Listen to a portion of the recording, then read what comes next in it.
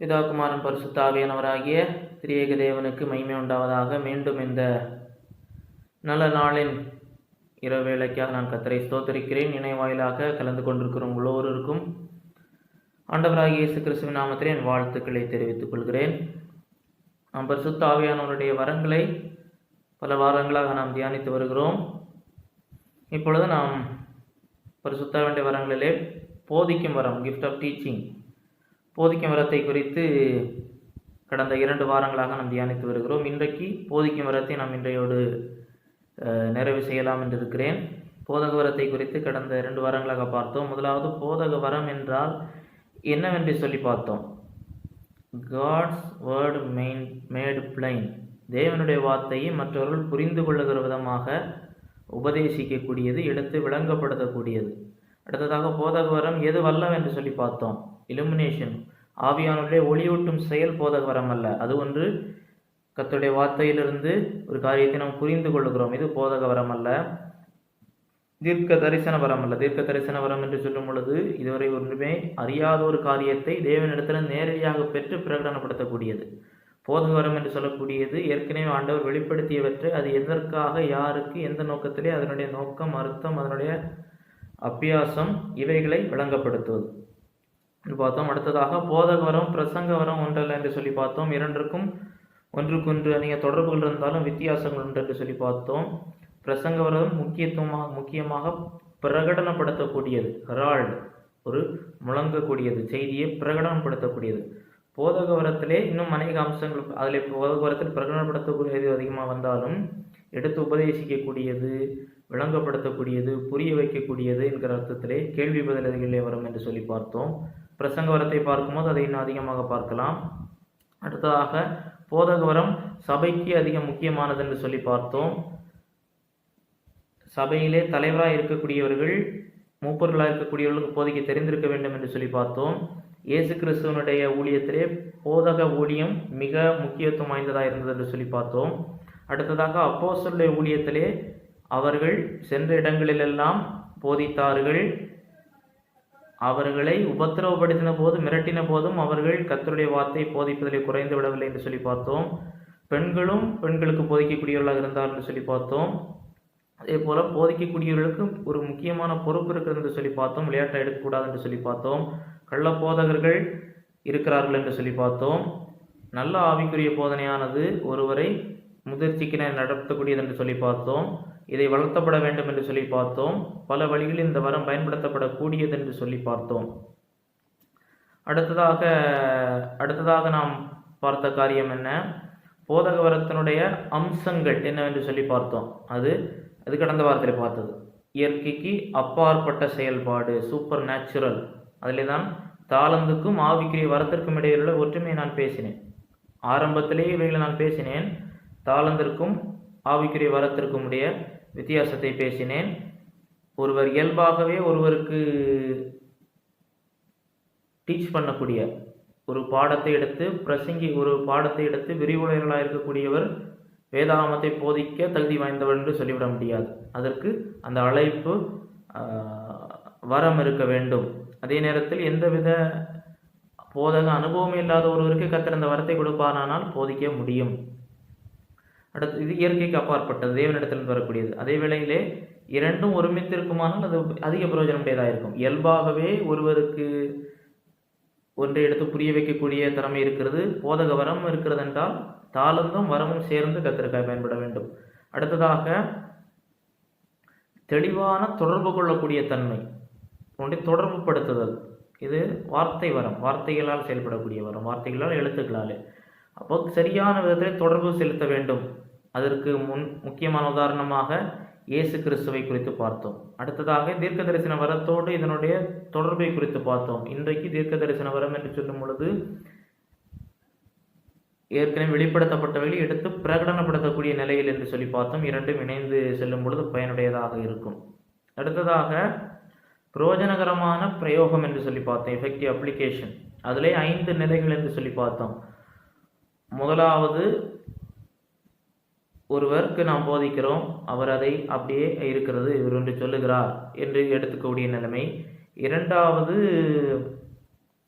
இவர் சொல்லக்கூடிய காரியத்தில் உண்மை இருக்கிறது என்பதை புரிந்து கொள்ளக்கூடிய நிலைமை. மூன்றாவது, ஒருவர் போதிக்கும் போது அதை புரிந்து கொண்டு அதை தனக்கு தெரிந்த வார்த்தைகளிலே அவர் என்ன சொன்னார் என்பதை சொல்லக்கூடிய நிலைமை. நான்காவது, ஒருவர் அந்த வசனத்தால் தொடப்பட்டு தன்னுடைய தனிப்பட்ட வாழ்க்கையிலே தொடப்பட்டு ஒரு தீர்மானங்கள் எடுக்கக்கூடிய நிலைமை. ஐந்தாவது, எல்லாவற்றையும் புரிந்து கொண்டு ஏற்றுக்கொண்டு அடுத்த நிலையிலே அடுத்தவர்களுக்கும் இதை சொல்லக்கூடிய நிலைமை. இந்த 5 நிலைகள் இருக்கிறது என்று சொல்லி பார்த்தோம். இவைகளில் நீங்கள் எந்த இடத்தில் இருக்கிறீர்கள் என்று நீங்கள் சிந்திக்க வேண்டும் என்று சொல்லி உங்களுக்கு சொல்லியிருந்தேன். சில உதாரணங்களையும் சொன்னேன். அடுத்ததாக, இந்த போதக வரமானது சத்தியத்தினுடைய அங்கமாக இருக்கிறது, சத்தியத்தினுடைய கூட்டாக இருக்கிறது. ஆகையினாலே போதகம் என்று சொல்லக்கூடியது மிகவும் முக்கியத்துவம் வாய்ந்தது என்று சொல்லி சில காரியங்களை பார்த்தோம். மட்டுமல்ல, இந்த வரம் மிகவும் முக்கியத்துவம் வாய்ந்தது என்று சொல்லி பார்த்தோம். போதக வரம் மிகவும் முக்கியத்துவம் வாய்ந்தது. இது அலட்சியம் பண்ணப்படுகிறதுனாலே என்னென்ன விதங்களிலே இன்றைக்கு குழப்பங்கள் இருக்கிறது என்று சொல்லி பார்த்தோம். இன்றைக்கு இன்னும் சில காரியங்களை நான் உங்களுக்கு சொல்ல விரும்புகிறேன். கர்த்தர் அதற்கு கிருபை செய்வாராக. இன்றைக்கு நான் முக்கியமாக பார்க்கக்கூடிய காரியம் என்றால், போதக வரத்தை எப்படி கண்டுபிடிப்பது, அதை எப்படி பயன்படுத்துவது. ஒருவர் போதிக்கிற வரம் பெற்றிருக்கிறேன் என்று ஒருவர் அறிந்து கொண்டால் அவர் அடுத்ததாக என்ன செய்ய வேண்டும், இதை தான் நாம் இன்றைக்கு பார்க்க போகிறோம்.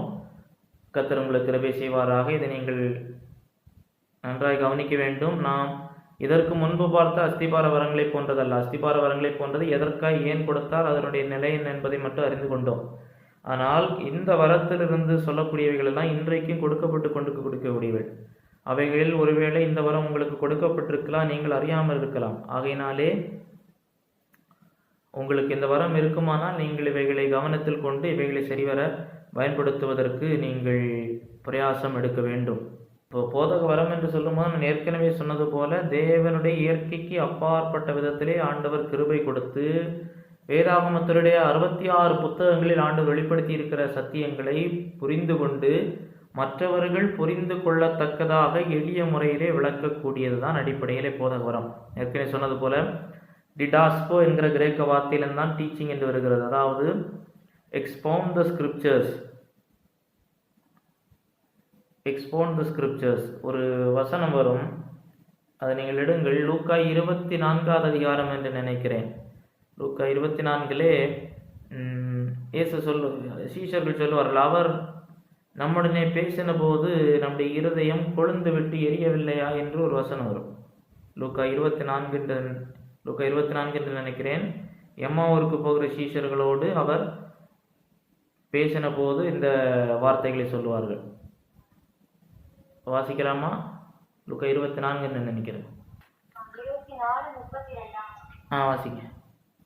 அப்பொழுது அவர்கள் ஒருவரை ஒருவர் நோக்கி, வழியிலே அவர் நம்முடனே பேசி வேத வாக்கியங்களை நமக்கு விளங்க காட்டின பொழுது நம்முடைய இருதயம் நமக்குள்ளே கொழுந்து விட்டு எரியவில்லையா என்று சொல்லிக் கொண்டு அந்நேரமே எழுந்து எருசலேமுக்கு திரும்பி போய் 11 அவர்களோடு இருந்தவர்களும் கூடி போதும். அப்ப அந்த வசனம் என்ன சொல்கிறது? வழியிலே அவர் நம்முடனே பேசி வேத வாக்கியங்களை நமக்கு விளங்க காட்டின போது, he expounded the scriptures, நம்முடைய இதே நமக்குள்ளே கொழுந்து விட்டு எரியவில்லையா? இதே அதிகாரத்தில் 25 27 வரை வாசியுங்கள். முன்னுள்ள வசனம் 25 27 வரைக்கும். அப்பொழுது அவர் அவர்களை நோக்கி, தீர்க்கதரிசிகள் சொன்ன யாவையும் விசுவாசிக்கிறதற்கு புத்தி இல்லாத மந்தை புத்தியின் உள்ளவர்களே, கிறிஸ்து விரோதமாக பிரவேசிக்கவும் வேண்டியதில்லையா என்று சொல்லி, தீர்க்கதரிசிகள் சொன்ன யாவையும் 27 வாசிங்க. மோசே முதலிய சகல தீர்க்கதரிசிகளும் எழுதின வேத வாக்கியங்கள் எல்லாவற்றிலும் தம்மை குறித்து சொல்லியவைகளை அவர்களுக்கு விவரித்து காண்பித்தார்.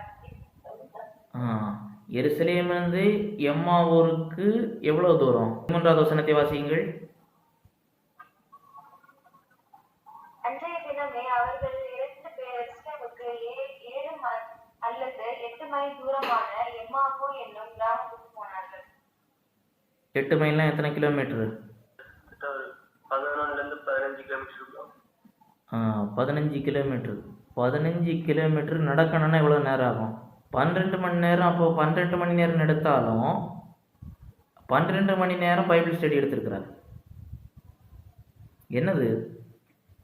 மோசே முதலான சகல தீர்க்கதரிசிகள் சொல்லியவற்றை எல்லாம் எடுத்து அவர்களுக்கு காண்பிக்கிறார். என்னென்ன சொல்லியிருக்கிறாங்க, வேத வாக்கியங்களை விளங்கப்படுத்தின. இதுதான் கிஃப்ட் ஆஃப் டீச்சிங். ஒரு காரியத்தை எடுத்தால் எதை விளங்கப்படுத்தினார்? இயேசு கிறிஸ்துவை குறித்து பழைய ஏற்பாட்டில் என்ன முன்னறிவிக்கப்பட்டிருக்கிறது, அவருடைய வாழ்வு, மரணம், உயிர்த்தெழுதல், அதை வேத வாக்கியங்கள் பழைய ஏற்பாட்டிலிருந்து எடுத்து அவர்களுக்கு விளங்கப்படுத்தி காண்பிக்கிறார். அப்போதான் அடுத்து சொல்றாங்க, அவர் நமக்கு வேத வாக்கியங்களை விளங்கப்படுத்தின போது நமக்கு இருதயம் கொழுந்து விட்டு எரியவில்லையா? இதுதான் போதக ஊழியத்திலே நடைபெறக்கூடியது. ஒரு போதிக்கிறார் என்று சொன்னால் வேத வாக்கியங்களை நன்றாய் கற்றுக்கொண்டு அதை போதிக்க வேண்டும். இப்போ அந்த வரங்களை அந்த வரம் எப்படி செயல்படணும்னாலும் பார்த்துட்டோம். ஒரு மனிதருக்கு இந்த வரம் இருக்கிறது என்றால் அதை எப்படி கண்டுபிடிப்பது? இதுதான் நாம் முக்கியமாக பார்க்க வேண்டியது. இந்த வரம் ஒருவருக்கு இருக்கிறது என்றால் அதை எப்படி அறிந்து கொள்வது? முதலாவது, ஒருவருக்கு போதக வரம் இருக்கிறது என்று அறிந்து கொள்வதற்குரிய வாய்ப்புகள் ஒன்றை வச்சுட்டு, இப்போ நான் சொல்லக்கூடிய காரியங்களில் ஏதாவது ஒன்று இருந்தவுடனே கண்டிப்பாக இவருக்கு போதிக்கிற வரம் இருக்கு என்பது ஆகிவிடாது. ஆனால் அவைகளெல்லாம் அதிகமாக நான் சொல்லக்கூடிய காரியங்களில் பெருவாரியானவை அவருக்கு உண்மையாக இருக்கும்போது அவர் போதிக்க அழைக்கப்பட்டிருக்கலாம். அந்த வரம் பெற்றிருப்பதற்கு அதிக சாத்தியங்கள் உண்டு. முதலாவது, இது என்னுடைய வாழ்க்கையிலிருந்து நான் தொடர்புபடுத்தி பேசுகிறேன். கேள்விகள் வரும். கேள்விகள் வரும் என்று சொன்னால், ஏன் இப்படி இருக்குது, ஏன் இந்த இடத்துல எப்படி இருக்கிறது, ஏன் இப்படி இருக்கக்கூடாது, ஏன் இப்படி இருக்கிறது, அந்த கேள்விகள் சிலர் கேட்கக்கூடிய கேள்விகள் புத்தியினமாக எந்த விதத்திலும் பொருத்தமற்ற கேள்வியாக இருக்கும். அப்படி இருக்காது, லாஜிக்கல் கொஸ்டின்ஸ். இப்போ ஒரு நபர் ஒரு இறையினுடைய வேதாகமத்தினுடைய கடினமாக தோன்றக்கூடிய பகுதிகளையும் அவர் சொல்லும் நுட்பமாக புரிந்து கொண்டு, இல்லாவிட்டால் அதில் கடினமாக இருக்கக்கூடியவர்களை அதை சரியான விதத்தில் அதை கேள்வியாக மாற்றக்கூடுவாரானால் அவர் போதிக்க அழைக்கப்பட்டிருக்க போதக வரம் பெற்றிருப்பதற்கு சாத்தியங்கள் உண்டு. ஏனென்றால் ஒரு காரியத்தை புரிந்து கொண்டு அதை நேர்த்தியாக அதை குறித்து இளம்பக்கூடியவற்றை ஒரு கேள்வியாக அதை வடிவத்திற்கு கொடுத்து அதை கேட்கிறார் என்று சொன்னாலே அதற்கு ஆண்டவர் போதிக்க அழைப்பு கொடுத்திருக்கலாம். கொடுத்தார் என்பதல்ல, கொடுத்திருக்கலாம். ஒரு காரியம் என்னதையாவது கேட்கணும்ன்றது நான் சொல்றதை புரியணும். அது ஒன்று. அடுத்ததாக, வேதாகமத்தை குறித்தோ ஒரு காரியத்தை குறித்து சொல்லும் பொழுது அதை ஆய்வு செய்ய மனம் வருகிறதா? ஒரு உபதேசம் சொல்லப்படும் போது, ஒரு ஏதாவது எந்த ஒரு போதனை குறித்து இப்படி சொல்லப்படும் போது உண்மையிலே இப்படிதான் இருக்கிறதா என்று சொல்லி அவர் ஒரு ஆய்விற்குள்ளே இறங்குகிறாரா? இல்லை, நான் பார்க்க வேண்டும், வேதாகமத்தோடு ஒப்பிட்டு பார்க்க வேண்டும், மற்ற வசனங்களோடு ஒப்பிட்டு பார்க்க வேண்டும் என்று இறங்குகிறாரா? அடுத்ததாக, வேதாகமத்தினுடைய உபதேசங்களை எல்லாம் கோர்வைப்படுத்தி அதை நான் புரிந்து கொள்கிறேனா? இப்பொழுது இயேசு கிறிஸ்துவை குறித்த உபதேசம் என்று எடுத்துக்கொள்வோமானால், இயேசு கிறிஸ்துவை குறித்து பேச துவங்கும் போது எங்கிருந்து துவங்க வேண்டும்? நாம் இதெல்லாம் பார்த்தோம். முந்தின நித்தியத்திலிருந்தே துவங்க வேண்டும். பிதாவாகிய தேவனுக்கு இணையானவராக அவர் நித்தியத்தில் எப்படி இருந்தார் என்பதை துவங்கி, பிந்தின நித்தியத்திலே சதா காலமும் தெரிய தேவனால் ஆளுகை செய்கிற வரைக்கும் அது போகிறது கிறிஸ்தியல். அப்படியானால் ஒருவர் இயேசு என்று பார்க்கும் பொழுது எந்த கண்ணோட்டத்தில் எத்தனை அம்சங்களை மனதிற்குள்ளே கொண்டு வருகிறார்? இயேசு என்றாலே இத்தனை அம்சங்களை கொண்டு வர வேண்டும். இப்போ சிலர் இயேசு எடுத்தவுடன் என்னது, அவர் பிதாவை விட சிறியவர், அவர் தூங்கினார், களைப்படைந்தார், தேவன் தூங்குவாரா என்று கேட்பார்கள். ஆனால் உண்மையாக போதக வரம் பெற்றிருக்கக்கூடியவர் இயேசு இங்கு இப்படி சொல்லப்பட்டிருக்கிறது. ஏன் இங்கு இப்படி சொல்லப்பட்டிருக்கிறது? அவர் மாம்சத்தில் வந்தார், அடிமையின் ரூபத்தில் வந்தார். ஆனால் என்றைக்கும் அப்படி இருந்தாரா? இல்லை. நமக்காக வந்தார். அதுக்கு முன்பு எப்படி இருந்தார்?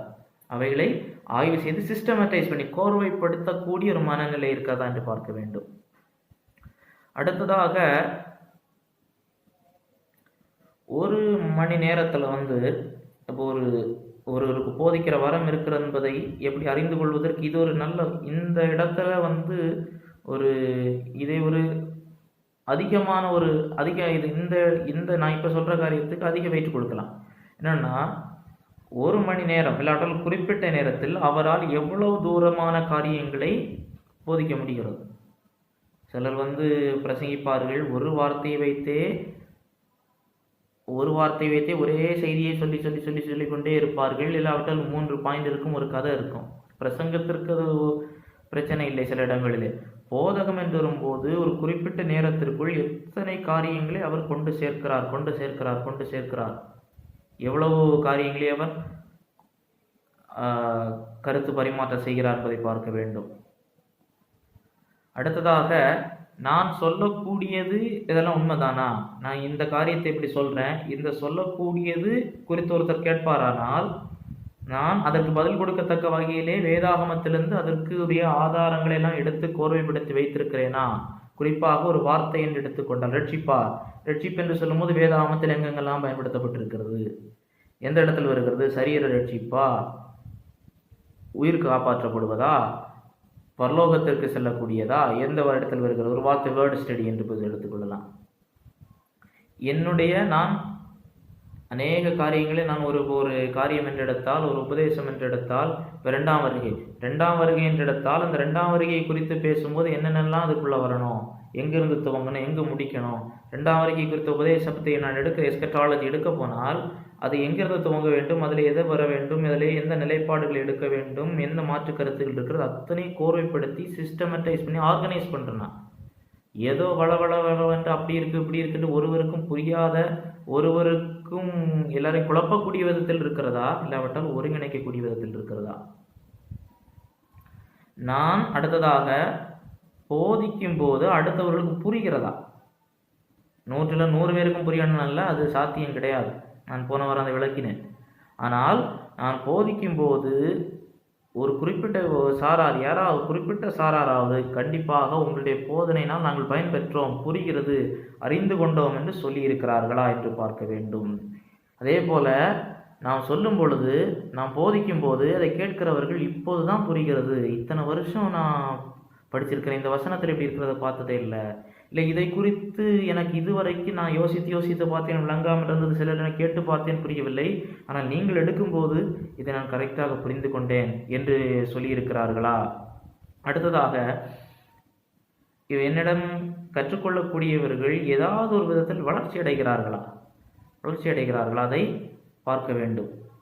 ஒரு வளர்ச்சியும் இல்லை என்றால் சில காரணங்கள் உண்டு. ஒரு வளர்ச்சியும் இல்லை என்றால் ஒன்றில் போதிக்கிறவர் உண்மையாக போதக வரம் பெற்று அந்த வரம் சரியாக உபயோகப்படுத்தப்பட்டு அது அந்த மாணாக்கர்களை சென்றடைகிறதா என்று பார்க்க வேண்டும்.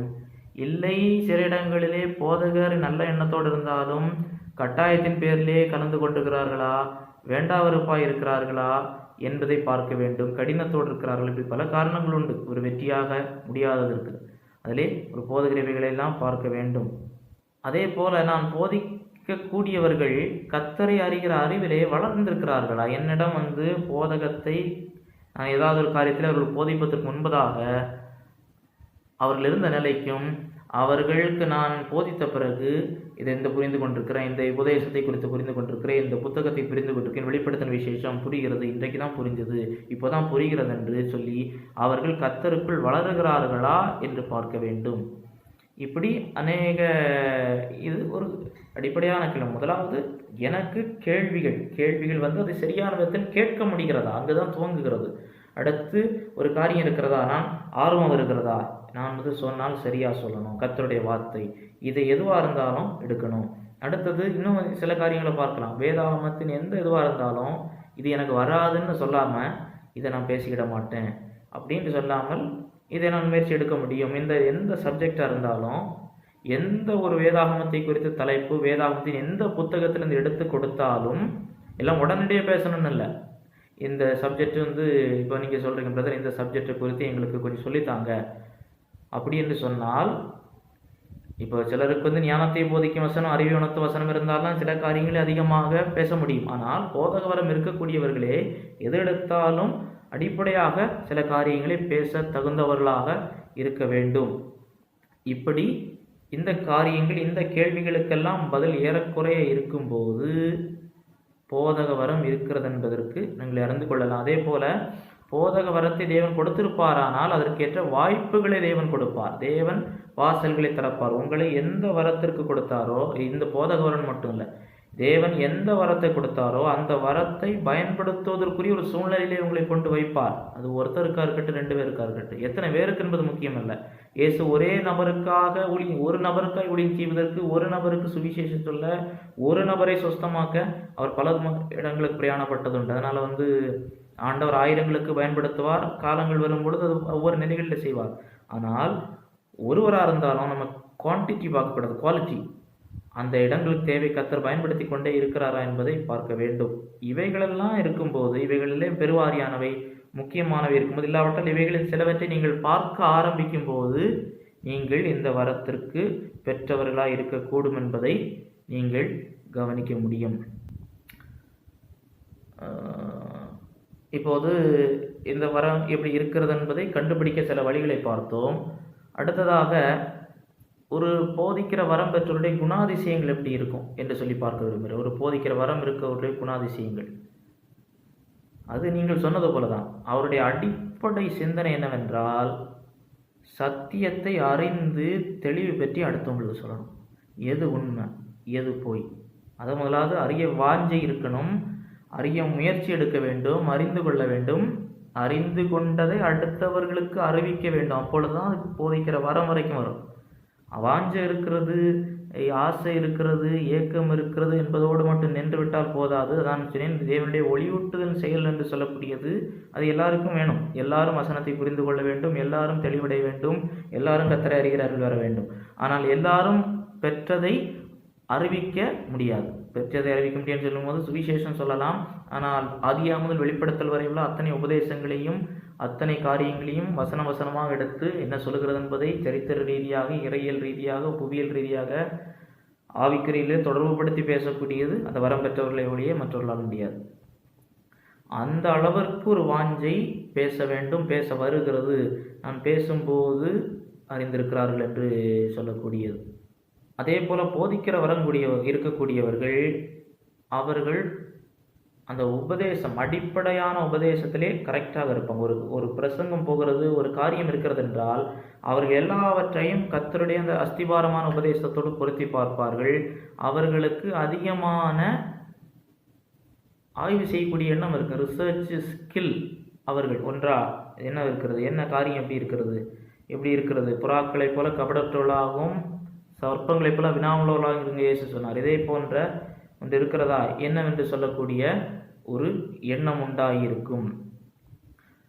போதிக்கிற இருக்கக்கூடியவர்கள் உண்மை என்ன, எந்த ஒரு காரியத்தை எடுத்தாலும், அது வேதாகமமாக இருக்கட்டும், வேதாகமத்திற்கு வெளியில் உள்ள காரியங்களாக இருந்தாலும் சரி, அவங்க எப்படி தான் பார்ப்பாங்க. போதிக்கிற வரம் இருக்கிறவர்கள் ஒருத்தர் குறித்து இப்படி சொல்கிறாங்களா, எதற்கு சொல்கிறாங்க, ஒருவர் இப்படி ஒரு வார்த்தை சொல்கிறாரா, அவர் எங்கே சொல்கிறாரு, எங்கேருந்து இந்த வார்த்தை வருகிறது, என்ன பின்னணி, அதுக்கு பின்புலத்தில் யார் இருக்கிறார் என்பதை எல்லாம். ஏனென்றால் வசனத்தை பார்க்கும்போது இப்படி பார்த்து பார்த்து பழகுனதுனால அப்படிதான் வரும். இப்போ இடையில ஒரு செய்தி வந்தது, ஒரு தாயும் மகனும் புரோட்டா சாப்பிட்டு குளிர்பானம் அருந்தியதினாலே மரித்து போனார்கள். அது ஃபுட் பாய்சனாகி மரணம் வரை போய்விட்டது என்று செய்தி வந்தது. ஆனால் அதற்கு பிறகு விசாரிக்கும் போது அதற்கு பின்புலத்திலே ஏதோ காதல் பிரச்சனை, வேறொரு தொடர்பு, அதில் ஒரு மன உளைச்சல், வேறு யாரோடைய குறுக்கீடு இருக்குதுன்னு சொல்லி அதிலே உடைய நபரை ஏதோ கைது செய்திருக்கிறார்கள். அப்போ இதை காவல்துறையினர் அணுகும்போது இப்படி உதவா சொன்ன உடனே ஆமாம் கேஸை மூடிடுவோன்னு ஒரு நல்ல அதிகாரி நினைக்க மாட்டார். இல்லை இது உண்மையிலே இதுதானா என்று, இல்லை வேறு எந்தெந்த கோணங்களில் இது நடக்க வாய்ப்பு இருக்கிறது, வேறு என்ன பிரச்சனை இருக்கும், அந்த நபருடைய மொபைல் ஃபோனை பார்த்தா தான் தெரிஞ்சிருக்கிறாங்க. இன்னைக்கு வந்துருந்து இந்த வழக்கில் திடீர் திரும்பம், அதை பார்த்து நிறைய பேர் ஐயோ புரோட்டா சாப்பிடக்கூடாது, இது சாப்பிடக்கூடாதுன்னு. அது ஒரு வகையில் சாப்பிடாமல் இருப்பது நல்லது தான். நான் சொல்லுகிறேன், ஒரு உண்மையான காவல்துறை அதிகாரி, உளவுத்துறையில் உள்ளவர்கள், இந்த மாதிரிப்பட்ட உள்ளவங்கள்லாம் ஒன்று சொன்ன உடனே அப்படின்னு தலையாட்டக்கூடாது. இது நடக்கிறதா, இது எந்தெந்த கோணங்கள் வந்திருக்கும், பல கோணங்களில் ஆய்வு செய்ய வேண்டும். அதே மாதிரி தான் போதிக்கிற வரம் பெற்றவர்கள் இது எந்த ஒரு காரியத்தை எடுத்தாலும் கண்ணை மூடிக்கொண்டு நம்ப மாட்டார். எந்த ஒரு காரியத்தை எடுத்தாலும் ஒருவரை பார்த்தாலும் சரி, யாரு? ஏனென்றால் வேதாகமத்தை நுட்பமாய் ஆராய்ந்து போதித்தவர்களுடைய வாழ்க்கை அப்படி வந்துவிடும். அவசரப்பட்டு பேசுவதோ, இப்படி ஜென்ரலாக சொல்கிறேன், எக்ஸப்ஷன்ஸ் இருக்கலாம். ஒரு எடுத்தால் இப்படி சொல்கிறாங்களா, இது எந்த பின்னணி? ஒரு ஒரு ஒரு பிரசங்கத்தை எடுத்தால் ஒரு இதுலேருந்து பண்ணுறாருன்னா இவர் எங்கேருந்து பண்ணுறாரு, இது எங்கே போகுது, எந்த பின்னணி, எந்த நோக்கத்திற்கு அந்த பிரசங்கத்தை பண்ணுறாரு, யாரை டார்கெட் பண்ணுறாரு, அப்படியெல்லாம் பல கோணங்களிலே போகும். கண்ணை மூடிக்கொண்டு ஆன்னு பார்த்து கொண்டிருந்தால் அவர்களுக்கு அப்படி பிரயா பட்டணத்தை போல மனவாஞ்சியை இருக்க வேண்டும். ஆனால் போதைக்கிற வரம் பெற்றவர்கள் இதிலே அதனுடைய எக்ஸ்ட்ரிமிட்டி, அதனுடைய நிலை அதிகமாக இருக்கும். இப்போ இந்த சபை வளர்ச்சி வரங்களிலெல்லாம் பார்க்கும் பொழுது உதவி செய்கிற வரம் இருக்கிறது. உதவி எல்லாரும் செய்ய வேண்டும். ஆனால் உதவி செய்கிற வரத்தை பெற்றவர்களை போல செய்ய முடியாது. புத்தி சொல்றது எல்லாரும் சொல்லணும். அந்த வரத்தை பெற்றவர்கள் எல்லாரும் அந்த அளவுக்கு சொல்ல முடியாது. போதிக்கக்கூடியது அடிப்படைகளை எல்லாரும் சொல்லணும். கிறிஸ்தவன்னா என்ன, இயேசுன்னா யாரு, பாவம்னா என்ன, ரட்சிப்புன்னா என்ன, அந்த 10 அடிப்படை உபதேசங்களையும் சரியாக அறிந்திருக்க வேண்டும். இவர்களில் தான் பார்த்தோம். ஆனால் எல்லாவற்றையும் எல்லாராலும் எல்லா விதத்திலும் எல்லாருக்காகவும் பேசிவிட முடியாது. அதையும் கவனத்தில் கொள்ள வேண்டும். அதே போல போதிக்கிற வரம் பெற்றவர்கள் சபையை சத்தியத்திலே எந்த விதத்திலும் சபை சத்தியத்தை விட்டு மாறிவிடக்கூடாது என்பதிலே கவனமாக இருப்பார்கள். சத்தியம் ஸ்தாபித்ததா, சத்தியம் என்று சொல்லும் பொழுது வேதாகமத்தினுடைய முழு உண்மை. ஒரு டீச்சர், பேபிள் டீச்சர் என்று சொல்லும் போது எதிலெல்லாம் அவர் கவனம் செலுத்த வேண்டும் என்றால் அடிப்படை நம்பிக்கைகள், கிறிஸ்தவன்னா என்ன, ரட்சிப்புன்னா என்ன, பாவம்னா என்ன, தேவதூதர்கள்னா என்ன, இனி வருகிற காரியங்கள், அது அடிப்படை 10 உபதேசங்கள், அஸ்திபார நம்பிக்கைகள் இருக்கிறதுலே அது. அடுத்ததாக வேதாகம படிப்புகள், ஆதியாகமம் முதல் வெளிப்படுத்தல் வர ஒவ்வொரு புத்தகத்தில் என்ன இருக்குது, ஒவ்வொரு இதில் என்ன இருக்குது, என்ன சம்பவம் இருக்குது, என்ன சரித்திரம், பழைய ஏற்பாட்டு சரித்திரம் என்ன, இஸ்ரவேல் எதற்கு, சபை எதற்கு. ஒன்று சிஸ்டமேட்டிக் தியாலஜி, முறைப்படுத்தப்பட்ட இறையியல். அடுத்ததாக பிப்ளிக்கல் தியாலஜி, வேதாகமத்தினுடைய ஒவ்வொரு புத்தகங்களுடைய இறையியல் என்ன இருக்கிறது. அடுத்ததாக டாக்மேட், ஒவ்வொரு உபதேசத்தை குறித்து அறிவு இருக்க வேண்டும். கிறிஸ்தவ வாழ்க்கை குறித்து, சரித்திரத்தை குறித்து, தற்கால நிகழ்வுகளோடு வேதாகமத்தை பொருத்தி பார்த்து இன்றைக்கு எப்படி ஜனங்களுக்கு கொடுக்க முடியும் என்பதையெல்லாம் அறிந்திருக்க வேண்டியதெல்லாம் இருக்கணும். ஏதோ சகையை காட்டத்தி மரத்திலே ஏறினார் என்று 3 தடவை சொன்ன உடனே போதிக்கிற வரம் என்று எடுத்துவிட முடியாது. அடுத்ததாக நான் பார்க்கக்கூடியது, ஒரு போதிக்கிற வரம் பெற்றவருக்கு இருக்கக்கூடிய பலம், பலவீனம், ஸ்ட்ரென்த், வீக்னஸஸ், இந்த 2ஐயும் பார்க்க சொல்ல விரும்புகிறேன். ஒரு போதிக்கிற வரம் பெற்றவருக்கு பலம் என்ன, பலவீனங்களும் சில பலவீனங்களுக்கு இடம் கொடுக்கக்கூடும், வாய்ப்பு வரக்கூடும், அதையும் அறிஞ்சிருக்கணும். நெகட்டிவும் வரக்கூடும். பலம் என்று சொல்லும் பொழுது ஒரு காரியத்தை குறித்து பார்க்கும் பொழுது அதை ஆய்வு செய்ய விரும்புவார். எந்த ஒரு காரியத்தை எடுத்தாலும் அதை ஆய்வு செய்யணும். இப்போ நீங்கள் இது சொன்ன உடனே நான் இந்த எடுத்தெடுப்பில் நான் பேசவில்லை. சில வாரம் சொல்லியிருக்கிறேன், இந்த வாரம் என்னால் முடியல, பேச முடியலன்னு இல்லை, எனக்கு அதற்குரிய நேரம் இதை ஆய்வு செய்து எல்லாவற்றையும் ஒப்பிட்டு பார்த்து உங்களுக்கு அறிவிக்கக்கூடிய போதுமான சமயம் உண்டாயிருக்கவில்லை, அதனால் வேறு காரியத்தை பார்ப்போம்னு சொன்னேன். ஒரு போதிக்கக்கூடியவருடைய பலம் என்னவென்றால், அவருக்கு இயல்பாகவே ஒரு காரியத்தை எடுத்து பேசுகிறோம் என்றால் இறையியலோடு, வேதாகமத்தோடு, பழைய புதிய ஏற்பாடு எல்லாவற்றோடும் ஒத்து பார்த்து, எல்லாவற்றோடும் பொருத்தி பார்த்து முரண்படாத வகையிலே பேச வேண்டும். ஏனென்றால் வேதாகம் முரண்படாத, தேவன் முரண்பட மாட்டார். அவர் அதற்காக ஆய்வு செய்ய தயாராக இருப்பார். ஆய்வு செய்தல் என்று சொல்லும் பொழுது என்னெல்லாம் வரும், வேதாகமத்தை கிரமமாக வாசித்து கற்றுக்கொள்ள தியானிக்க வேண்டும். வாசித்தல் வேறு, தியானித்தல் வேறு, கற்றுக்கொள்ளுதல் வேறு. Reading is different from meditating, meditating is different from studying. இந்த 3 இருக்கணும். அடுத்ததாக இது சார்ந்த புத்தகங்கள், பிரசங்கங்கள், விளக்க உரைகள், கட்டுரைகள், ஆய்வு என்று சொல்லும் அதுதான். இதிலே தேறினவர்களோடு கலந்து பேசுதல், இவைகள் எல்லாம் இருக்கிறது. இது ஒன்றும் செய்யாமல் ஏதோ வேதாகமத்தை 3 தடவை மந்திரம் வாசிக்கிறது போல வாசித்து விட்டு நாம் பெரிய ஸ்காலர்னு சொல்வாரானால் அவர் அதற்காக அழைக்கப்பட்டவராக இருக்க முடியாது. வேதாகமத்தை போதிக்க அழைக்கப்பட்டிருக்கிறவர் தன்னை அதிகமாக கற்றுக்கொள்வதற்கு உட்படுத்துவார். அடுத்ததாக ஒரு தவறு நடக்கிறது என்றால் அதை சரி செய்வதற்கு அவர் பிரயாசம் எடுப்பார். 10 பேர் சொல்லுவாங்க, இன்னும் சொல்லிட்டு போட்டு. போதிக்கிற வரம் பெற்றவர் அதை உண்மையை பயன்படுத்தக்கூடியவரை சொல்கிறார். வரம் இருந்து சும்மா இருக்கிறவங்கள சொல்லலை, பயன்படுத்தக்கூடியவர்கள். இல்லை, இது எப்படி போச்சுன்னு சொன்னால் இப்படி ஒரு பிரச்சனையில் கொண்டு முடிவடை,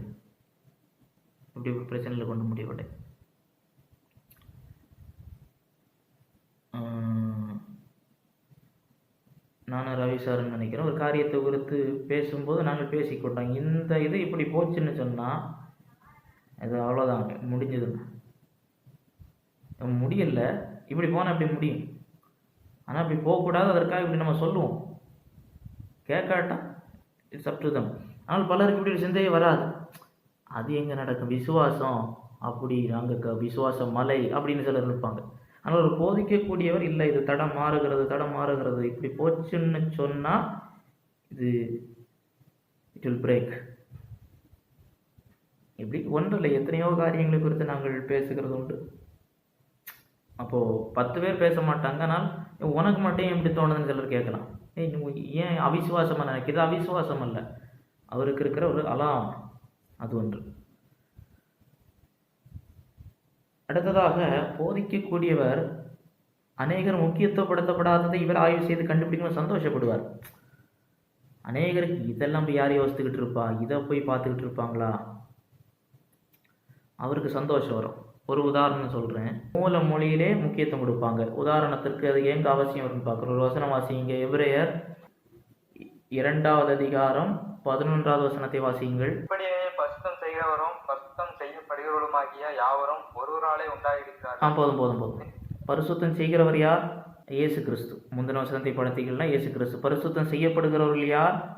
விசுவாசிகள். நாம் ஒருவராலே, அது பிதாவாகிய தேவன், உண்டாயிருக்கிறார்கள். இதை வைத்துக்கொண்டு சிலர் வாதத்திற்கு வருவார்கள். ஒருவரிடம் வந்தால் இயேசுவை பிதா உண்டாக்கினார். என்ன இருக்கிறது?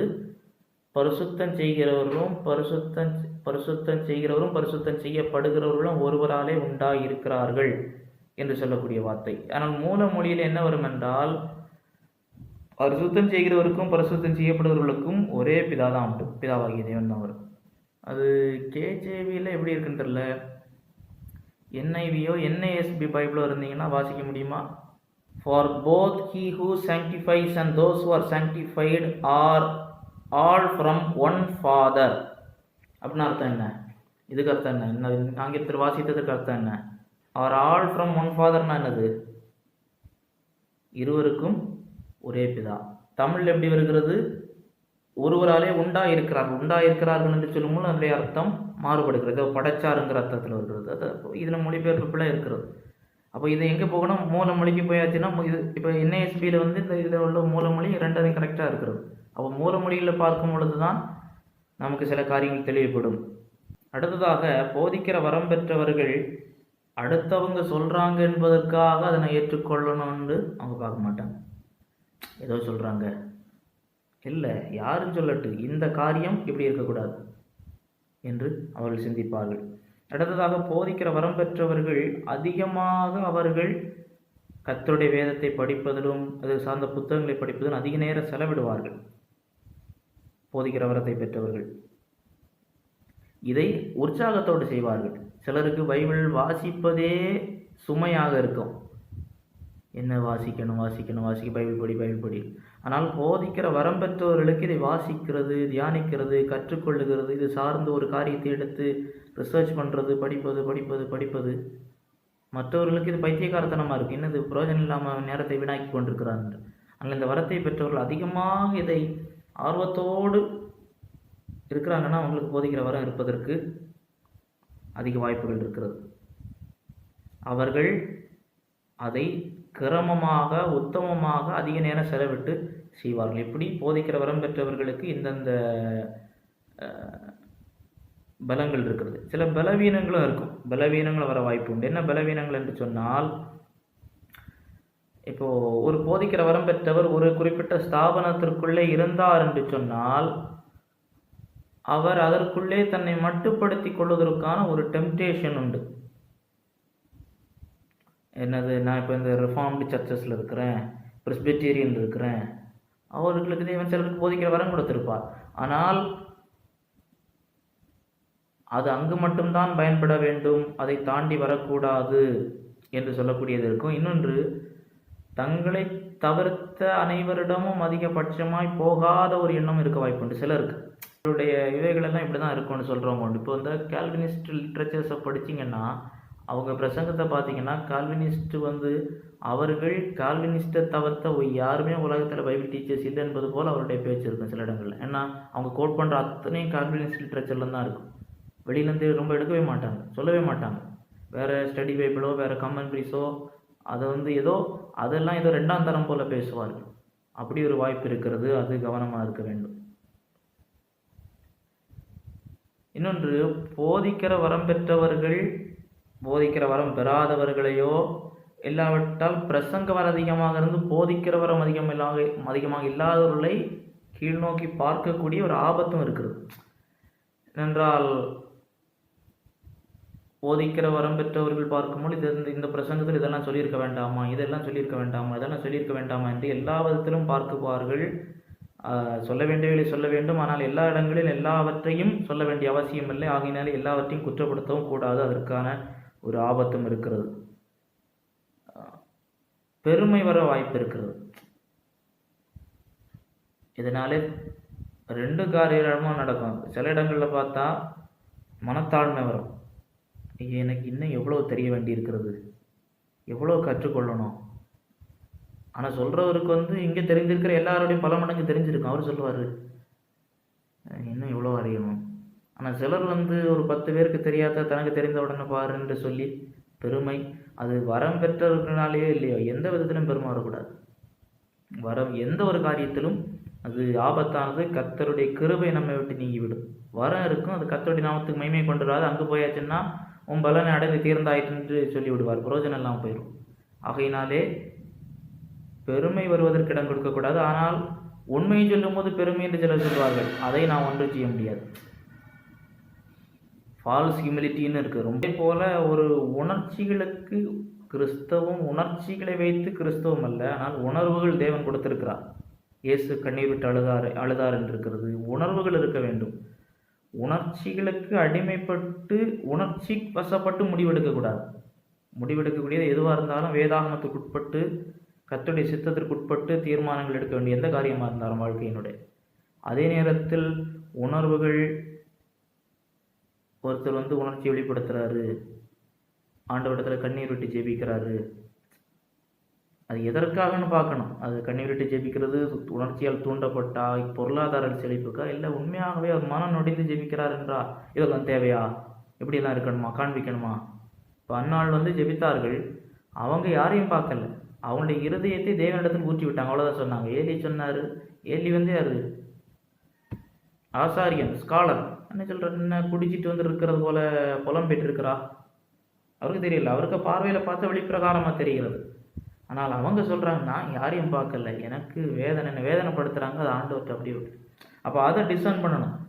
அழுறது நடிப்புக்கா? சிலர் என்னது அழுது என்ன ஆண்டவரை மாற்றிடலாம், ஏதாச்சும் பேருக்கு கண்ணீர் வடி வேண்டுமென்றே வருகிறதா, இல்லை உணர்வு பூர்வமாக வருகிறதா? அதை எனக்கு 4 வார்த்தை தெரியுங்கிறதுனால மற்றவர்களை அற்பமாக அவருடைய உணர்ச்சிகளை தள்ளிவிடவும் கூடாது.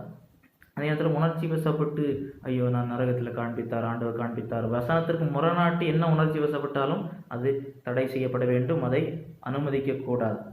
ஆனால் வசனத்திற்கு உட்பட்டு சொல்லும் பொழுது, இப்போது ஜோனத்தன் எட்வர்ட்ஸ் சங்கித்தார் sinners in the hands of the angry garden. அவர்கள் அந்த கேட்டு பயத்தில் ஏதோ நரகத்திலே விழுந்துட்டோங்கிற பயம் சுவரெல்லாம் கட்டி பிடிச்சிட்டு அழுத்தாங்கன்னு சரித்திரம் சொல்லுது. இப்போ இவைகளிலும் கவனமாக இருக்க வேண்டும். அதே வேளையில் சில இடங்களிலே போதகர்களுக்கு இன்னொரு ஆபத்து இருக்கிறது என்னென்றால், ஒருத்தர் கேட்டதை விட அதிகம் சிலர் சொல்லிடுவாங்க. ஒருத்தர் இதை ஒன்று கேட்பார்கள், அவர்கள் சிலர் ஆதியாமத்திலிருந்து வெளிப்படுத்தல் வரைக்கும் இப்போ நேரம் இருக்குமானா சொல்லலாம். இயேசு நடந்து போகும்போதெல்லாம் சொல்லி கொண்டு வந்தார், அவர்கள் அடுத்து சொல்லணும், பயிற்சி கொடுத்தார். ஆனால் ஒருத்தருக்கு பியர் பண்ணுறதை விட அதிகமாக ரொம்ப கொடுக்கும்போது அவர்கள் எக்ஸாஸ்ட் ஆகிடுவாங்க. எனக்கு தெரிஞ்ச எல்லாத்தையும் ஒரே நாளில் பூத்தி விடுவேன் என்று கூடாது. அதனால தான் இப்போ ஒரு சப்ஜெக்ட் கேட்டால் இது இல்லை, இதுக்கு இப்போ சில இடங்களில் நாம் இப்படி சொல்லுவது உண்டு. சிலர் கேட்பார்கள், இந்த சப்ஜெக்டை பேசும்போது வேறு எங்கேயோ கேட்பாங்க. இப்போ சொல்லுவது இல்லை, இது சொல்ல வேண்டியதுன்னா சொல்லலாம், ஒரே வார்த்தையில் சொல்ல வேண்டியதுனா சொல்லலாம். சொல்ல முடியாதவற்றை இல்லை, இதை இன்னொரு நாள் பார்ப்போம், அதுக்கு நேரம் பத்தாது, இல்லாவிட்டால் அதற்கு இவ்வளோ காலம் தேவைப்படும் என்று சொல்ல வேண்டும். எல்லாம் எனக்கு தெரியும், எங்கே போனாலும் எல்லாவற்றையும் எனக்கு தெரியும்னு சொல்லி எல்லா இடங்களிலும் சொல்லி கொண்டிருக்க வேண்டிய அவசியம் இல்லை. அப்படின்னாலே இந்த ஒரு போதக வரம் பெற்றிருக்கிறவருக்கு இருக்கிற பலங்கள் பலவீனங்களை நாம் அறிந்து கொள்ள வேண்டும். அவர் அப்போ என்ன காரியங்களை அடிப்படையில் பார்ப்போம், அதை இன்னும் கோர்வைப்படுத்தி சொல்ல வேண்டும் என்றால், வேதாகமத்தினுடைய உபதேசங்களை எல்லாம் கோர்வைப்படுத்தி அதை பிரகடனப்படுத்துவார். அதற்கான அதை எந்த விதங்களில் ஆய்வு செய்ய வேண்டுமோ ஆய்வு செய்வார். அவர் சத்தியத்தை புரிந்து கொள்ளத்தக்க வகையில் போதிப்பார். மற்றவர்கள் கொஞ்சம் ஒரு மணி நேரத்தில் கொஞ்சம் சொல்கிறாங்கன்னு இவர் அதை விட அதிகமான காரியங்களை புரிந்து கொள்ளத்தக்க விதத்திலே அநேகவற்றை சொல்லக்கூடிய தகுதி பெற்றவராக இருப்பார். வேதாகமத்துடைய வார்த்தைகள் மூலமொழியோடு ஒப்பிட்டு பார்க்கக்கூடியவராக இருப்பார். அவருடைய ஊழியமே ஒரு பக்கம் கற்றுக்கொள்வது கற்றுக் கொடுப்பது, இந்த இரண்டும் இரு ஓட்டமாக போய்கொண்டே இருக்கும். கற்றுக்கொள்வதற்கு ஒன்றுமே இல்லை, நான் தான் கற்றுக் கொடுக்கணும்னு சொன்னால் அங்கே ஏதோ பிரச்சனை இருக்கிறது. கற்றுக்கொள்ள வேண்டும், கற்றுக் கொடுக்க வேண்டும். இந்த இரண்டு நீரோட்டங்களாக பயணித்து கொண்டே இருக்கும். இப்படி போதக வரம் பெற்றவர்களுடைய நிலை. இன்னொன்று நான் சொல்லாமல் விட்டது, ஒருத்தருக்கு இன்னொரு போதக வரம் இருக்கிறது என்று சொல்லணும்னா போதக வரத்தில் தேறினவர்கள் சாட்சியிடும். போதக வரமே இல்லாதவங்க இன்னொருத்தருக்கு போதக வரம் இருக்கிறதுன்னு சொல்லிவிட முடியாது. ஒருத்தர் போதக வரம் இருக்கிறதுன்னு சொல்லணும்னா அவர் போதிக்கிற வரம் பெற்றவர்கள் அவரை பார்த்து அவருடைய வரம் அறிந்து, பவுல் சொல்லுவார் உனக்குண்டான வரத்தை என்று சொல்லி. அவருக்கு தீமோத்தேயுக்கு இருக்கிற கிஃப்டை பவுல் கண்டுபிடிச்சிட்டார் இருக்கிறது. அதே போல் இந்த கிஃப்ட் இருக்கிறது என்றால் இந்த கிஃப்ட் இருக்கக்கூடியவர்கள், உண்மையாக இந்த கிஃப்ட் இருக்கக்கூடியவர்கள் சொல்லணும். யாரோ கண்ணை மூடி விட்டு உனக்கு இது இருக்கிறது என்று உனக்கு இன்னைக்கு தருவார் நாளைக்கு தருவார் என்று சொல்வது அல்ல, அது தவறு. ஒருவர் ஒரு வரத்தை குறித்து சொல்லுகிறார் என்றால் அந்த வரத்தில் அவர் தேறி இருக்க வேண்டும். ஆகையினால்தான் இவைகளெல்லாம் சபை ஊழியங்களோடு தொடர்புடையது. இன்னொரு காரியத்தை நான் உங்களுக்கு சொல்ல விரும்புகிறேன். இந்த மேய்ப்பருடைய வரமும் போதகருடைய வரமும் வேதாகமத்தில் சில இடங்கள் இணைத்து பயன்படுத்தப்பட்டிருக்கிறது. ஒரு வசனத்தை வாசியுங்கள். எபேசியர் 4வது அதிகாரம் 11வது வசனத்தை வாசியுங்கள். எபேசியர் 4வது அதிகாரம் 11வது வசனம்.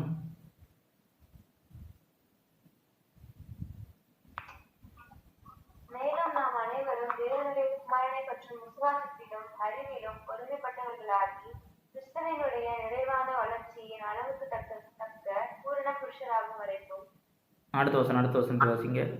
பரிசுத்தவான்கள் சீர்பொருந்தும் பொருட்டு சுவிசேஷ ஊழியத்தின் வேலைக்காகவும் கிறிஸ்துவின் சரீரமாகிய சபையானது பக்தி விருத்தி அடைவதற்காகவும் அவர் சிலரை அப்போஸ்தலராகவும் சிலரை தீர்க்கதரிசிகளாகவும் சிலரை சீஷகராகவும் சிலரை மெய்ப்பராகவும் போதகராகவும் ஏற்படுத்தினார்.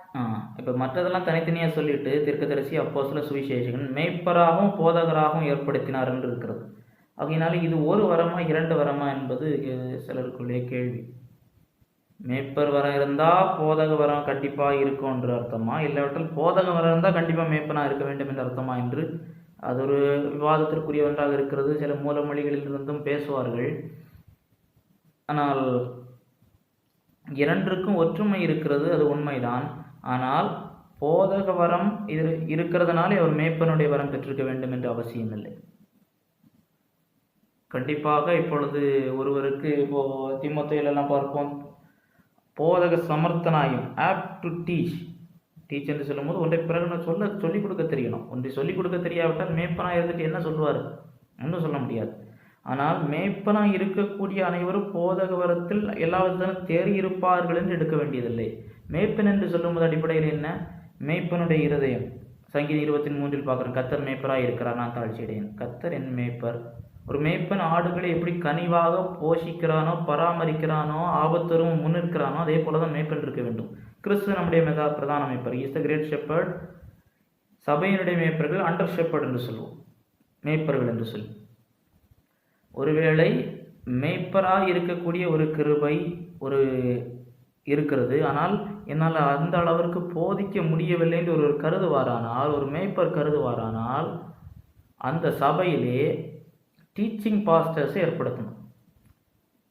இப்போ மேய்ப்பர் போதகர் என்பது வரம், மேய்ப்பர் என்பது வரம். அதே நேரத்தில் சபையிலே அது ஒரு அலுவலாகவும் வருகிறது. போதகர் மேய்ப்பர் அலுவலை எடுப்பார் என்றால் கண்டிப்பாக அந்த வரம் இருந்தால் தான் எடுக்கணும், அந்த அலுவலில் ஒருத்தர் வைக்கணும். சபையிலே போதகர் அலுவலில் ஒருத்தர் வைக்கிறோம்னு சொன்னால் அவருக்கு உண்மையாக அந்த வரம் இருந்தால் தான் வைக்கணும். மேய்ப்பருக்கு வரம் இருந்தால்தான் மேய்ப்பருக்கு அலுவலில் வைக்கணும். அதனால் மெய்ப்பருக்கு வரம் போதகருக்கு வரம் இருக்கிற அனைவரும் ஒரு உள்ளூர் சபையிலே தான் நிற்கணும்னு கிடையாது. உலகளாவிய சபையிலே அவர்கள் ஒரு உள்ளூர் சபையிலே மட்டும் தங்களை வரத்தை பயன்படுத்தாமல் உலகளாவிய சபையிலே ஐட்டனரன் பைபிள் டீச்சர்ஸாக தேவனை பயன்படுத்த முடியும். ஆனால் உள்ளூர் சபையிலே அலுவல் ஏற்று செய்ய வேண்டும் என்றால் அது இருக்க வேண்டும். இப்போ ஒருத்தருக்கு நன்றாக மேய்ப்பனுக்குரிய ஒரு இருதயம், ஷெப்பர்ட்ஸ் ஹார்ட் இருக்கிறது. ஆனால் எனக்கு வேதாகமத்தினுடைய உபதேசங்கள்லாம் புரிகிறது, அடிப்படையான சில காரியங்கள் ரட்சிப்பு அவைகளெல்லாம் சொல்லிக் கொடுக்க முடிகிறது.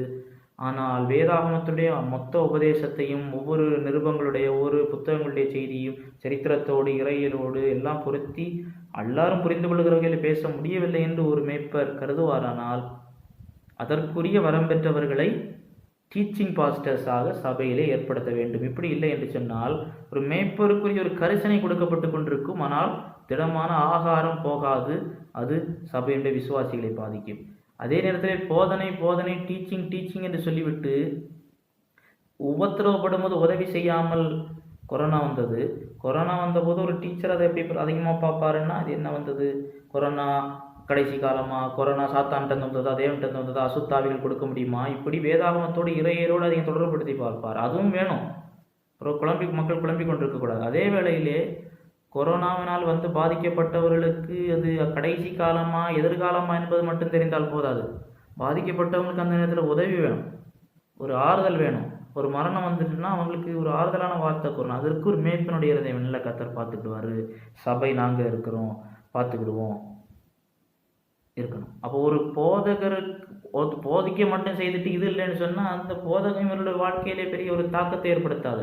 அதனால தான் மெய்ப்பர் இந்த 2 அலுவல்கள் இருக்கிறது. இந்த 2 அலுவல்களும் ஒரு சபையிலே சரிவர செய்யப்பட்டால்தான் அந்த சபை வளரும். மேய்ப்பனுக்குரிய இருதயம் மட்டும் இருந்துட்டு போதகமே இல்லைன்னு சொன்னால் வளராது. அதே வேளை நல்லா போதிக்கிறோம் டீச் பண்ணுறோம், ஆனால் ஒரு ஆபத்து வரும்போதோ ஒரு தேவை வரும்போது ஒரு கனிவு இல்லை, விசாரிக்கிற ஒரு எண்ணம் இல்லைன்னு சொன்னாலும் செயல் ஒன்றாக ஆகிவிடும். சில சபையில் 2ம் கிடையாது, ஆட்டம் பாட்டம் கொண்டாட்டம் இவ்வளோதான் இருக்குது. ஆகையினாலே அவைகளிலும் கவனமாக இருக்க வேண்டும். என்றால் போதிக்கிற வரம் அதிகமாக இல்லை என்றால் இது இருக்கணும். அப்போ இந்த வரத்தை எந்தெந்த இடங்களில் பயன்படுத்தலாம்? அப்போது சிறுவேதா, சண்டே ஸ்கூல், பெண்கள் ஊழியம், வாலிபர் ஊழியம், சபை ஊழியம், அவுட்ரீச், எத்தனையோ விதங்களிலே எல்லா விதங்களிலும் இந்த வரத்தினுடைய தேவை இருக்கிறது என்பதை அறிந்து கொள்ள வேண்டும். ஒரு மனிதர் இப்போ நீங்கள் கூட இருக்கிறது என்று உணர்வீர்கள் என்றால் நீங்கள் செய்ய வேண்டியது என்ன தான் கடைசி? நீங்கள் செய்ய வேண்டியது என்ன? ஆண்டவரிடத்தில் ஜெபிக்க வேண்டும். ஆண்டவரே, எனக்கு இந்த வரத்தை நீர் தந்திருப்பீரானால் இதையும் நாமைக்கே பயன்படுத்தணும். இது எந்த வரமுமே கர்த்தருடைய நாம மகிமைக்காக தான் பயன்படுத்தப்பட வேண்டும். ஆவிக்குரிய வரங்கள் தேவனுடைய நாம மகிமைக்காக கொடுக்கப்பட்டிருக்கிறது, எல்லாருடைய நன்மைக்காக. நான் தமிழிலே அதனுடைய சரியான மொழிபெயர்ப்பு இல்லை என்று சொன்னேன். ஒவ்வொருடைய பிரயோஜனத்திற்கு இருக்கிறது. நான் பார்த்து விட்டோம், அதெல்லாம் எல்லாருடைய பிரயோஜனத்துக்காக தான் கொடுத்துருக்கிறார். இந்த வரம் உம்முடைய நாமைக்கு பயன்படுத்தணும். அதுக்கு நான் என்ன செய்யணும்? ஒருவருக்கு இதற்கேற்ற ஒரு அழைப்பு வரம் இருக்கும் என்று அவர் உணரும் பட்சத்தில் வேதாகமத்தின் அடிப்படையான உபதேசங்களை கற்றுக்கொள்ள வேண்டும். இதை கற்று தேர்ந்தவர்களிடத்திலிருந்து கற்றுக்கொள்ள வேண்டும். என்றால் பவுல் சொல்வார், எல்லாருக்கும் முன்பா, அநேக சாட்சிகளுக்கு முன்பா நீ என்னிடத்தில் கேட்டவைகளை, ஏதோ யார்கிட்டையும் கேட்காம எனக்கே எல்லாம் தெரியும்னு சொல்கிறவங்க இல்லை. பவுல் சொல்ல, நீ என்னிடத்தில் கற்றுக்கொண்டதை நீ அடுத்தவங்களுக்கு சொல்லு. கற்றுக்கொள்ளுதல், கற்றுக் கொடுத்தல். இது இல்லாமல் சிலர் சொல்லுவாங்க, எங்களுக்கு யாரும் கற்றுக் கொடுத்ததில்லை, ஆவியானவர் கற்றுத்தர்றாரு. ஆவியானவர் எப்படி கற்றுக் கொடுப்பார்? அடிப்படையான சில காரியங்களை புரிய வைத்து விட்டு இப்படி நடத்துவார். ஆதியா முதல் வெளிப்படுத்துவர முன்ன தோன்றி சொல்லி கொண்டிருக்க மாட்டார். அப்படி அவசியம் இல்லை. அப்படின்னா கந்தாகிய மந்திரிக்கு வரும்போது அவர் தோன்றி சொல்லியிருக்கிறார். அவர் யார் அனுப்புகிறார்? பிலிப்பா அனுப்புகிறார். நீ போய் ஏசாயா 53 வாசித்துக்கிட்டு இருக்கிறாரு, அதை போய் என்ன யாரை பற்றி சொல்லுதுன்னு பிலிப்பா அனுப்புகிறார். அதற்கேற்ற அவர் அப்படி தான் பயன்படுத்துவாரே ஒழிய, சிலர் சொல்லுவார்கள், சீஷர்கள் படித்தார்களா? சீஷர்கள் பைபிள் காலேஜ் போனாங்களா? சீஷர்கள் உலகத்திலே தலை சிறந்த போதகருக்கு கீழே 3 வருஷம் பயிற்சி எடுத்திருக்கிறாங்க. அதை விட அவங்களுக்கு என்ன பயிற்சி வேணும்? 3 வருடம் பயிற்சி. அவர் ரிப்போர்ட்டு கேட்குறாரு, ஒரு பட்டணத்துக்கு போனீங்க இல்லையா, என்ன பார்த்தீங்க, என்ன செய்தீங்க, இப்படி செய்யுங்க. அந்த பட்டணத்தில் ஒருத்தர் கேட்டால் அப்படி பதில் சொல்லணும். ராஜாவுக்குன்னு போனால் அப்படி நிற்கணும், என்ன செய்தீர்கள்? அவர் கேட்குறாரு, மதிப்பெண் கொடுக்குறாரு, இப்படி செய்யாது என்று அவர்களை பரீட்சிக்கிறார். அதை விட பெரிய டீச்சர் உலகத்திலே கிடையாது, இயேசுவை தவிர்த்து. அவர்கிட்ட பயிற்சி எடுத்தவங்கள பார்த்து படிக்கவே இல்லைன்னு சொன்னால், அதுக்கப்புறம் அவருக்கு புறமேறின பிறகு இவங்க பேசின தைரியத்தை பார்த்துட்டு அறிகிறாங்க, இவங்க இயேசுவோடு இருந்தவங்க, ஆகையினாலே இப்படி இருக்குமானால் நீங்கள் கற்றுக்கொள்ள வேண்டும், அநேகம் படிக்க வேண்டும். சும்மா புசிப்பும் குடிப்பும் தேவராஜ்யம் அல்ல, கற்றுக்கொண்டல் கற்றுக் கொடுத்தல். இது இல்லை என்றால் இதில் வளர முடியாது. கண்டிப்பாக இதனுடைய வளர்ச்சி ஏதோ நான் சொல்ல முடியாது, என்னெல்லாம் கற்றுக்கொண்டாச்சு இனிமேல் போதும் என்று. மரணம் வரைக்கும் இதில் வளர வேண்டும். படிக்கணும் படிக்கணும் படிக்கணும், சொல்லிக் கொடுத்து கொண்டே இருக்க வேண்டும். கர்த்தர் பயன்படுத்துவார். இன்றைக்கு தமிழக சபைகளிலே அதிக தேவை உள்ள வரம் இந்த வரம். அதிக தேவை இருக்கிறது, அந்த அளவுக்கு இருக்கிறது, மிக சிறந்தது. இதை செய்கிறவர்களுக்கு அதிக பிரதிபலன் உண்டு, அதிக கனம் உண்டு, அதிக தேவை இருக்கிறது. அதை நிறைவேற்ற வேண்டும். அடுத்த வாரத்திலே அடுத்த வரம் ஞானத்தை போதிக்கும் வசனம், அறிவை உணர்த்தும் வசனம். அதாவது போதிக்கிற வரத்தை தாண்டி ஒரு மேல்நிலை மேலே இருக்கிறது. போதிக்கிற வரம் பெற்றவர்களும் சரியாக சில காரியங்களை அணுக வேண்டும் என்றால், இப்போது நிரூபணவில் அப்பாலஜெட்டிக்ஸ் தியோலஜியன்ஸாக இன்னும் வர வேண்டும் என்று சொன்னால் அந்த வரமும் இணைந்து செயல்பட்டால்தான் இன்னும் சில காரியங்களை பொதுவான நிலையை தாண்டி செய்ய முடியும். அந்த வரத்தை குறித்து நம்ம அடுத்த வாரத்திலே கர்த்தருடைய வருகை தாமதிக்கும் பார்ப்போம். கர்த்தர் உங்களை ஆசீர்வதிப்பார்.